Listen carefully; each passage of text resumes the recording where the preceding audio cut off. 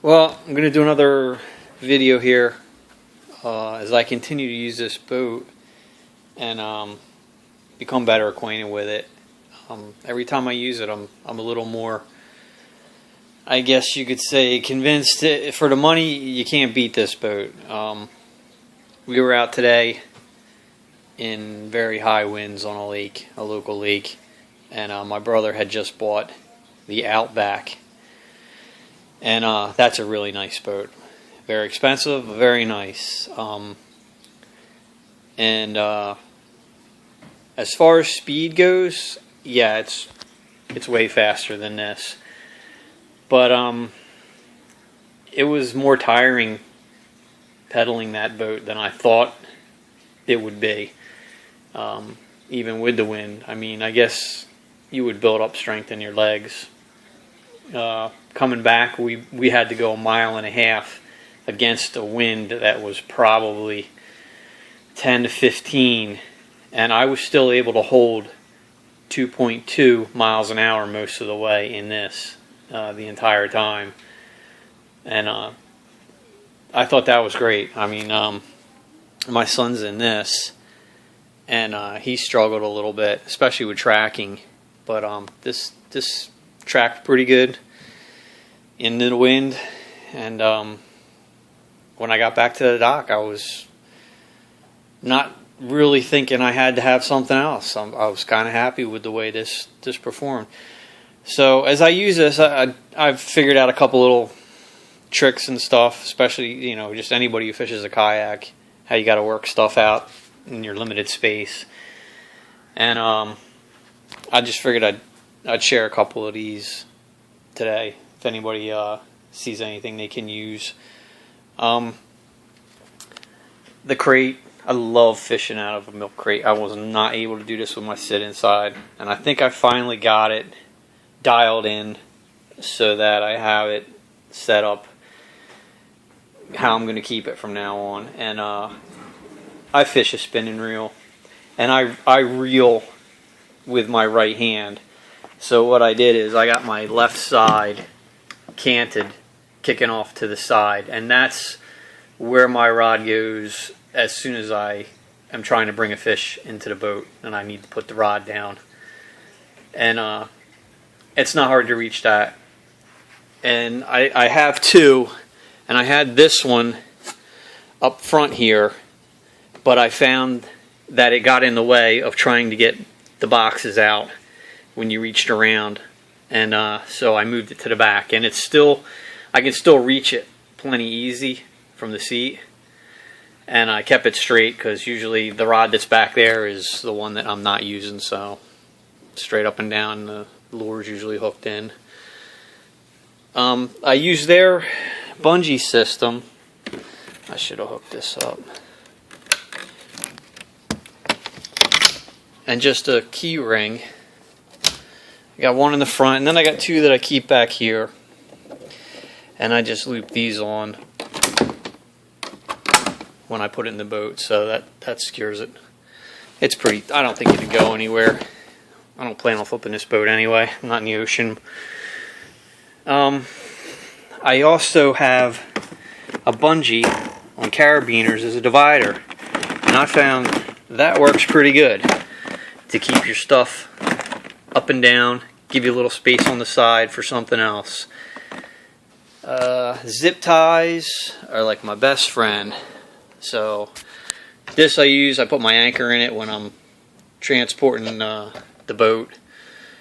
And I got some needle nose that I hardly ever use, but zip tied them on over there. I did get, I don't know if anybody knows, this is a Moon Force, I think it's UST Moon Force flashlight. They run off of one AA, and it's a twist. It's only like, I think 30 lumens, but this thing runs like 60 hours off one battery. It's ridiculous. With two batteries, I can go through the entire summer with this, and it's not so bright that it kills you if you're out at night, that it wrecks your night vision. You're still able to, turn this on, use what you got to do, and very pleased with that. I get these clips at like Home Depot. and I put a ram ball on it, and that way you can move the thing wherever you want it by loosening it up. I have also these tie down straps I got at Walmart. I think it was like $5 for both of them, and it's nice because I leave them on here and I put a carabiner on it so that when I put it in my truck, all I got to do is clip one end up front to the hook that's in the bed, cinch it tight, and I had to put this on like a 45-degree angle in my bed because my bed's real short, and that works beautiful. And I just leave it in here because if I go to a dock or something and I got to move it around, I can use this as a leash to walk it around docks and stuff, and that's working out great for $5. Can't beat that.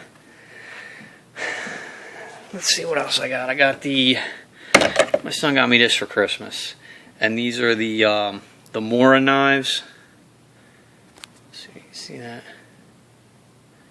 These are cheap. They're, I think, like $12, but they are great knives. And you can get them razor sharp.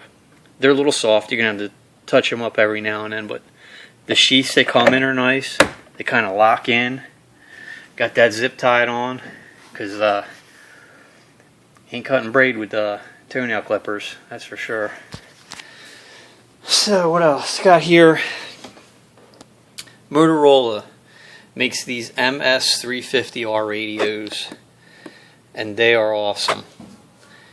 They float. They're waterproof. I don't know how many watts they are, but I can, over land, this thing will go a mile easy. On water, should probably go 2 or 3. And I just keep that clipped on the seat. They give you a nice swivel clip that comes with them. So, and then I bought the microphone. So I mean, I don't have to pick up the radio. I don't even take this off of the seat. I just push the button and talk. And they're loud enough that it works great.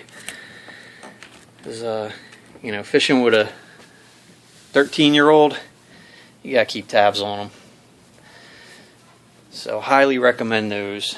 They come with a drop-in charger. As long as you use the batteries that came with it, they float. I think the manual said if you put regular AA alkalines in there, they're a little bit heavier and it won't float anymore. I haven't really dropped it in the water, so I'm taking them at their word for it. And the anchor. This boat, because it's so much bigger and higher than my sit-in side, I've noticed the wind will really push this thing around a lot. And just today, drifting with the wind pushing me, I was clipping 2 miles an hour, just the wind pushing me. So I had to get a heavier anchor, and I'm always for simplicity, so I just grabbed one of my wife's weights. I think it's 2 pounds. Yep, it's 2 pounds. And it's coated. It's not going to scratch up the boat. Put a paracord on there with some electrical tape. And I think I got 9 foot on there. Most of the places I fish aren't that deep. But with a carabiner on the end, you can take this off and move it all over the boat. I mean, you can hook it up up front. You could hook it in the back off of any of those things, either side. And for me, I don't need an anchor trolley. I run fine with this. Once you figure out which way the wind's going, pushing you, you learn real quick where to hook up so you can face the direction you want to face. And then this thing that you squeeze and allows you to change, you can take up length. Because sometimes if you've got 9 foot of line and you're in 3 foot of water, you don't want all that line. It gives you too much line to pivot on. So you can shorten it up. And this thing probably costs 50 cents. These little spring slide things. I don't know even where I got this. I just had it in a drawer. But that's working out real well. So I'm very happy with the boat. Very happy with the seat. I wish it was a little bit heavier material. I sometimes wonder if I'm going to eventually rip this. I got no idea how much they cost. I called ACK and asked them about replacement seats, and because the boat's so new, They don't even have them in stock. They're not on their website. They don't even know how much they cost. But I can't imagine it'd be more than $150. I mean, there's not a lot there. So, but that's about my only worry with the boat, is that I'm going to rip that seat and I have to buy a new one or get this one recovered. Let's see. I got started with I always run a GPS. It's a head thing for me. I like to see how fast I'm going. And I like to see, sometimes you're out in the water and you're out in the middle, you can't tell if you're moving or not, if you're being pulled off of your spot or not, and this kind of like verifies that you're sitting in one spot, or if the wind's pushing you around and how bad. Or if you're paddling into the wind and you actually wonder if you're moving at all. It kind of keeps me motivated. I really like the room on this. Like I said, I tried my brother's Outback today, and it's got nowhere near the leg room and the area that this boat has. Of course, you know, this to stand up in and fish, man, I can't do it. I mean, I can stand up and throw a line, but it's too tipsy initially. I'm not saying it's going to flip over, but it's fine to stand up, stretch your legs, look around, but I don't stand up and fish out of this. But, I mean, for me, that's all I want, is to be able to stretch out a little bit once in a while. And if I can stand up 2 hours into a trip, I'm good. I'm good for another 2 hours. So, let's see. Also, I keep this here.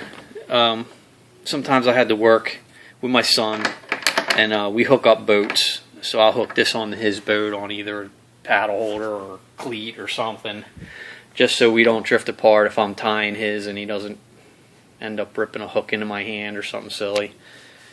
No, not everybody would use that, but that's another thing I have on there. All in all, I like the boat, and I'm still torn. I don't know, without trying another one, if I'm going to get a second one and get rid of my son's and we'll both be in this. I can't see it be a bad thing. I could fish out of this thing for a couple years and be totally happy. I mean, it's light. That's one great thing I like about it. I mean, 64 pounds. You take the milk crate and the seat out, and you can carry this with one person. And I can take it out of my basement, put it in my truck by myself. And, you know, eventually it's probably just going to be me fishing by myself. And so that's something to consider. You know, weight is big. And so is the size at 12 foot. If I got anything longer than this, it would not sit in my truck without the front flipping up. This sits. So, anyway, if you want to know anything about the boat that I haven't covered so far, just shoot me a line, leave me a message, and I'll try and answer it. But so far, pleased.